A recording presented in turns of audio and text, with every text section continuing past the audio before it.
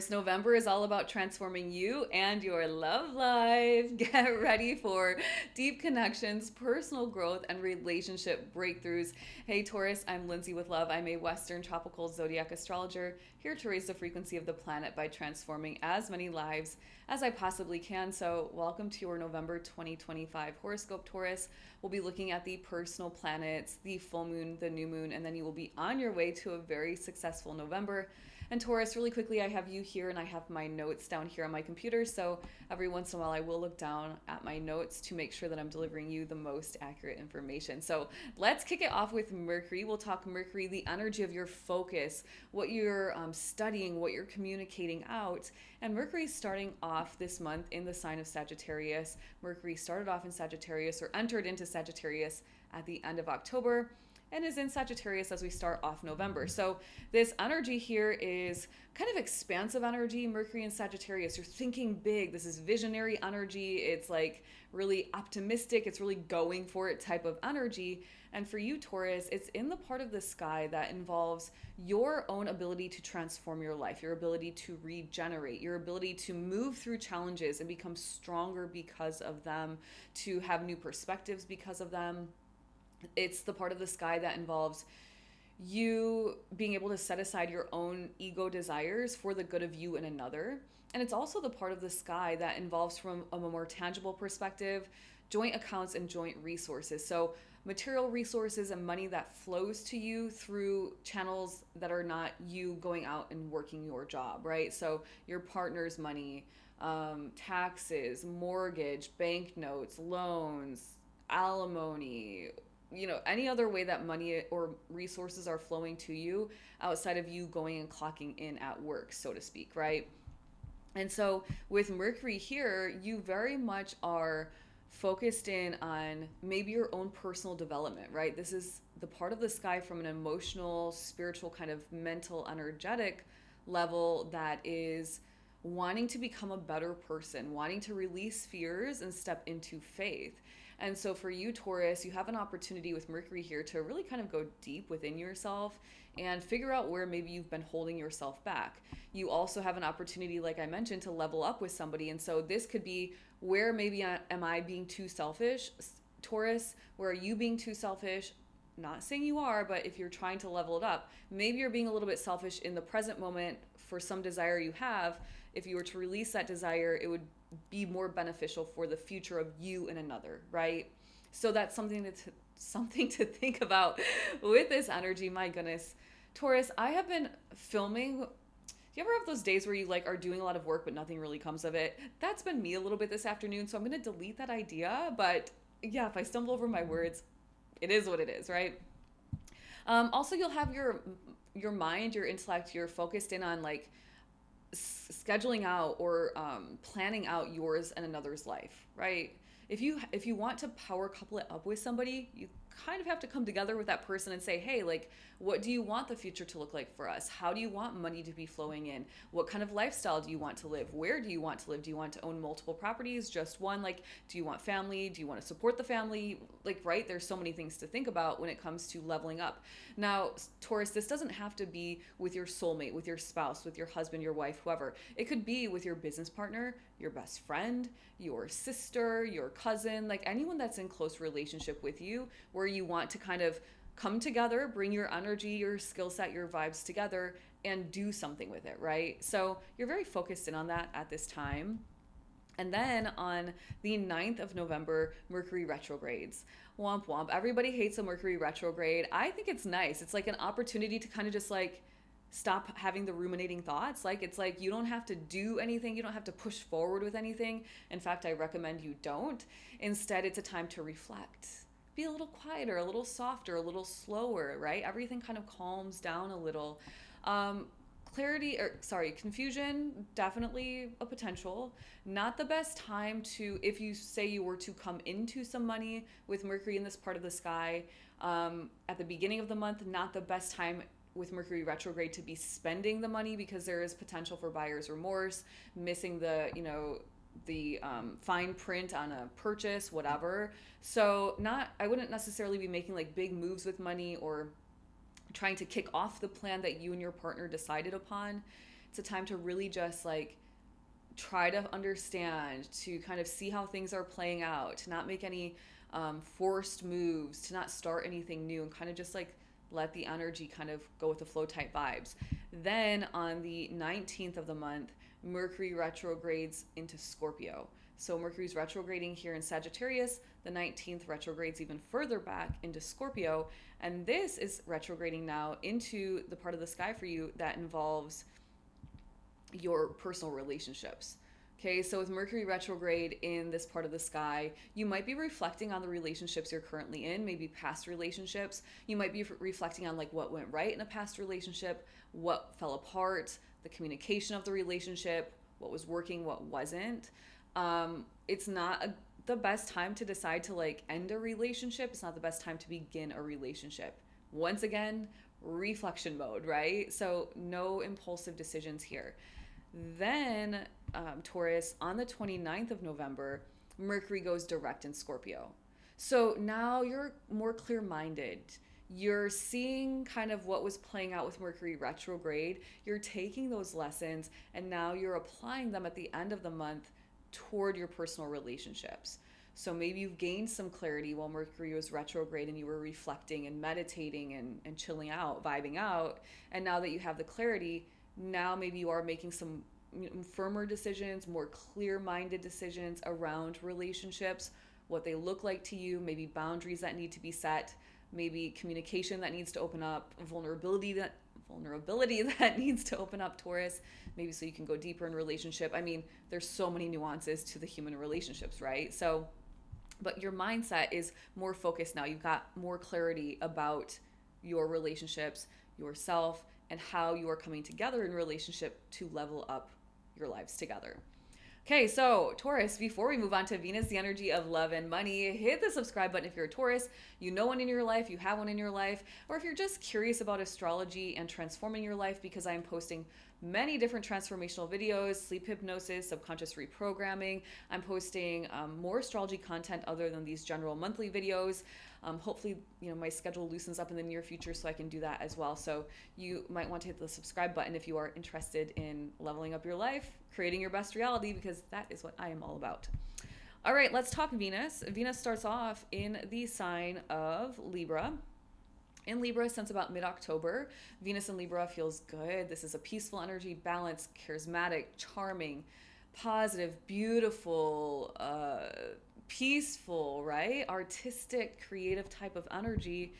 And for you, this energy is hanging out in the part of the sky that involves your work routines, your day-to-day life, and your health routines. Now, this is a nice free-flowing energy.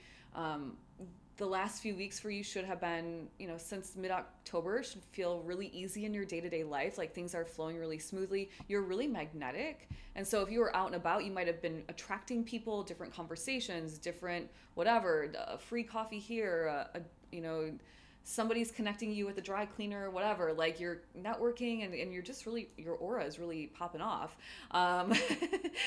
Work probably has been really good, right? In the day-to-day work, flow has been good. Your boss has been good. Conversation with your colleagues has been good. Maybe you're being positioned for a raise, promotion, bonus, something along those lines. And Venus in this part of the sky has to do with your health as well. And so over the last couple of weeks, it's been either that you've been in good health, maybe you've been able to fill yourself up with lots of self-love, do a lot of self-care so that you're in a high vibrational frequency, so that you can be of service to others. Because Venus in this part of the sky also really wants to extend her heart, right? Hitting my microphone, wants to extend compassion and empathy and service and healing to other people. And so that might be a theme that you were kind of noticing for the last couple of weeks. Then on the 6th of November, Venus now shifts into Scorpio.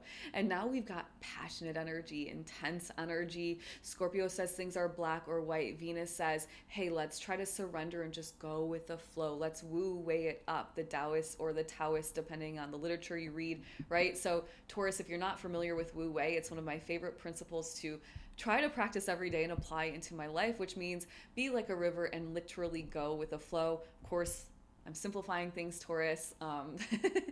But energy work, just like I shared in the Aries video, is, and I probably will share in all the videos, is so simple. It is so simple, but it is very profound nonetheless, right? Which I think is just makes it so fascinating.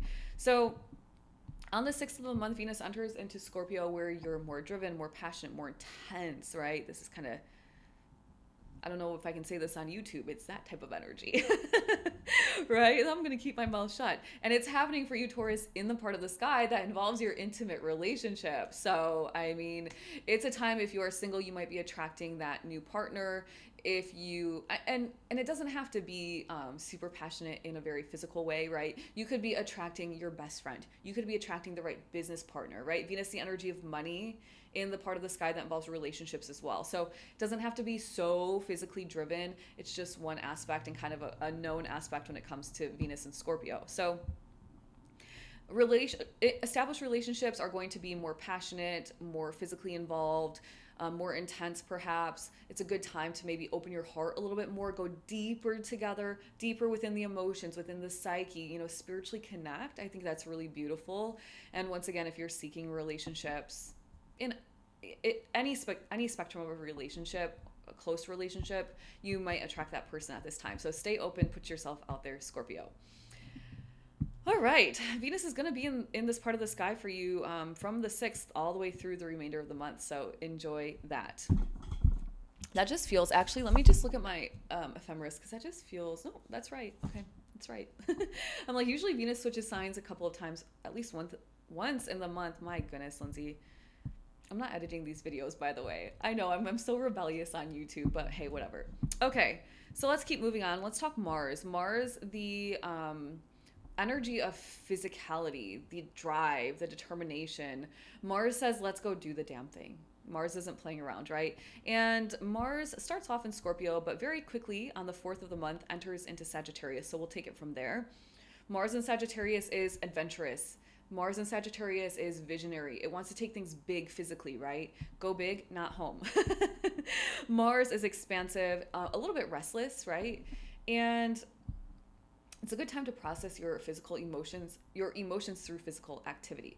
So Taurus, for you, Mars is hanging out in the part of the sky that involves your... Oh, that's right. Okay. I don't know why I'm like kind of brain foggy today. Not brain foggy, but like double checking.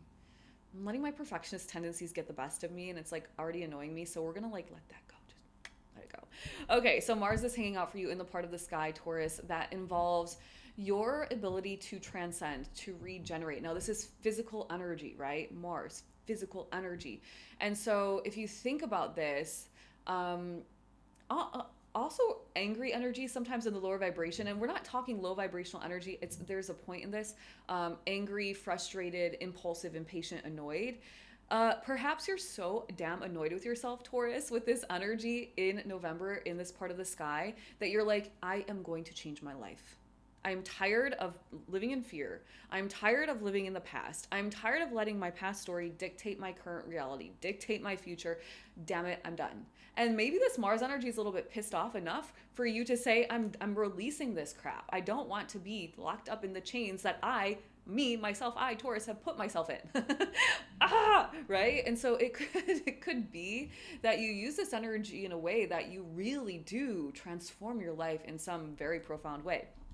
Now, this part of the sky also involves joint accounts and resources, money that's flowing to you outside of you clocking into work, you giving your gifts and talents out to the world in exchange for money and material resources. So it's things like your partner's money, it's alimony, it's the mortgage, it's the loan, it's the taxes, there's a billion ways, right?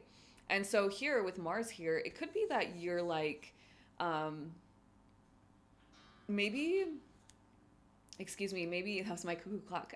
Maybe like restless about like the finances of you and a partner, or maybe you're being a little bit assertive. Mars is an assertive energy, or maybe you have like a big vision for you and your partner and you're really ready to like commit yourself, not just your mind, but like your physical energy, like mind, body, spirit, all the things, to leveling it up with another. And that's really powerful. I mean, this is very transformative energy. Now, if we think about this from like a kind of like an intimate emotional, spiritual level. This is the part of the sky that says, let's set aside our selfish desires for the good of both of us, for the longevity of our future, for us to live a beautiful life in 10 years. I can avoid buying the XYZ today so that in 10 years I can have like 10 of what I want today, right? That type of energy. It's an intimate house. It's going deeper within the relationship. It's saying we're doing this together as a unit, not losing your individuality, Taurus, because it's important to maintain individuality in relationships, but to move as a unit and to build as a unit and grow as a unit. It's really beautiful. I trust that if you tap into this energy, you'll be able to truly and intensely and powerfully transform some part of your life. And when you do, you'll become more magnetic than ever before, right? This is such a Mars and Scorpio. Mars is the traditional ruler of Scorpio. So this is a very strong energy for you this month. So, honor your energy, use your discernment, especially if you're working on personal development. Not everything has to happen in a quantum leap or a quantum jump. Those are nice, yes, of course. But for the most part, it's like, push out of the comfort zone, let the energy integrate, push out of the comfort zone, let the energy integrate, so that you have a better chance of really solidifying yourself into that new frequency that you might be desiring, okay? Oh my goodness, what a great month. Let's keep going. So on the 5th of November, there's a full moon in Taurus for you in the part of the sky that involves who you are, your core identity, how people perceive you, how you are showing up in life and carving out your own independent path.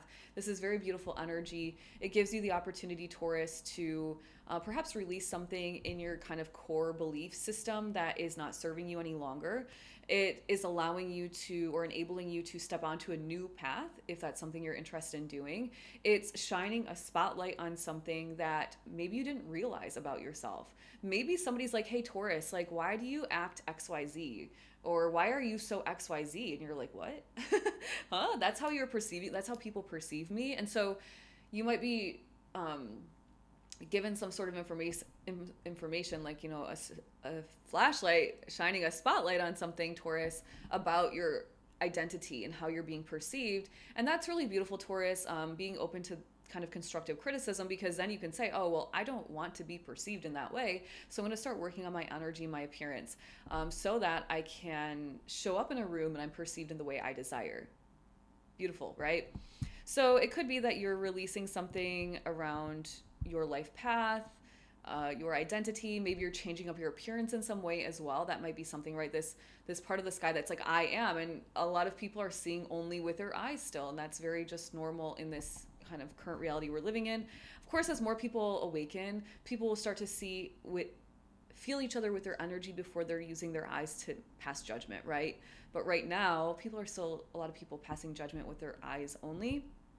And so we want to show up in a positive light physically as best we can, so that, of course, Taurus, I hate to say that, honestly, I don't like to give that advice, but it's like, if you have the spiritual knowledge, you just play the game.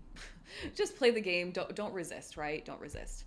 All right, finally, Taurus, on the 19th of the month, there is a new moon happening in Scorpio, once again, in the part of the sky for you that involves your intimate one-on-one relationship. So if you have a desire for any type of relationship, Taurus, on the 19th is a time where you can send out your manifestation to God, Source, Universe, Creator. What's the person like? What's the communication like? What's the relationship like? All the things, right? All the beautiful things about a healthy relationship, especially if you're looking to attract maybe a soulmate, a best friend, or a business partner. All right, Taurus, have a great week, great month. I'll see you soon.